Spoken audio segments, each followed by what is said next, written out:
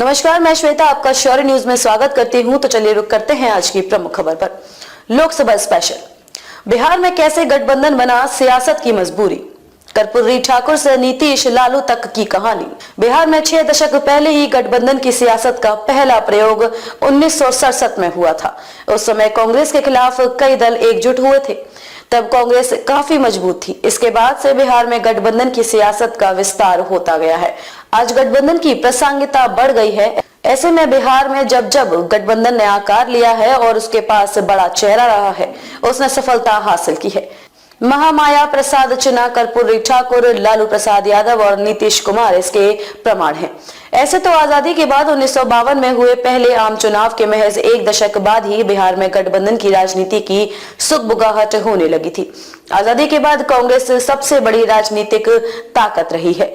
देश और राज्यों में वह सर्वमान्य पार्टी की तरह थी। कोई एक राजनीतिक दल उसे परास्त करना तो दूर, उसे टक्कर देने की स्थिति में भी नहीं आ पाया था। लिहाजा छोटी छोटी राजनीतिक पार्टियों ने मिलकर कांग्रेस को चुनौती देने की योजना पर काम शुरू किया। 1.5 दशक के बाद 1967 में इसने पहली बार आकार लिया और कांग्रेस को सत्ता से बाहर करने में सफलता हासिल की। महामाया प्रसाद सिन्हा के नेतृत्व में पहली बार गैर कांग्रेसी सरकार बनी। इसे संविद सरकार भी कहा गया है। इसमें जन क्रांति दल, संयुक्त सोशलिस्ट पार्टी, भारतीय जनसंघ, कुछ वाम दल शामिल हुए थे। कर्पूरी ठाकुर उप मुख्यमंत्री बने, लेकिन आंतरिक विवादों के कारण सरकार आगे नहीं चल सकी।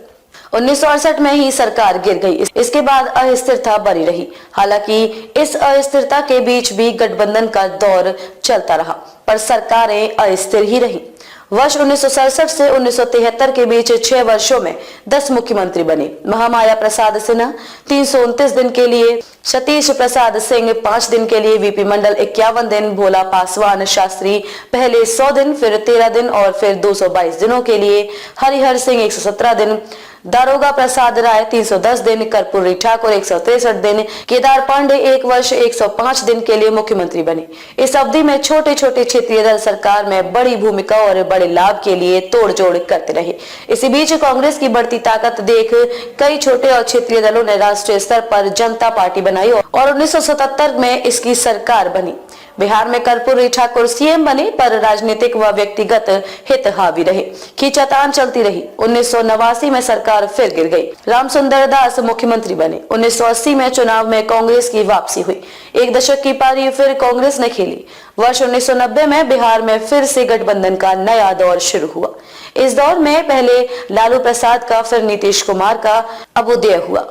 ये दोनों नेता बिहार में गठबंधन की राजनीति के सबसे महत्वपूर्ण चेहरे बन गए। आगे चलकर नीतीश कुमार बिहार में गठबंधन की राजनीति के सबसे बड़े चेहरे के साथ साथ बिहार की सियासत में धुरी बन गए। लालू प्रसाद ने 1990 में भाजपा और वाम दल के समर्थक से जनता दल की सरकार बनाई।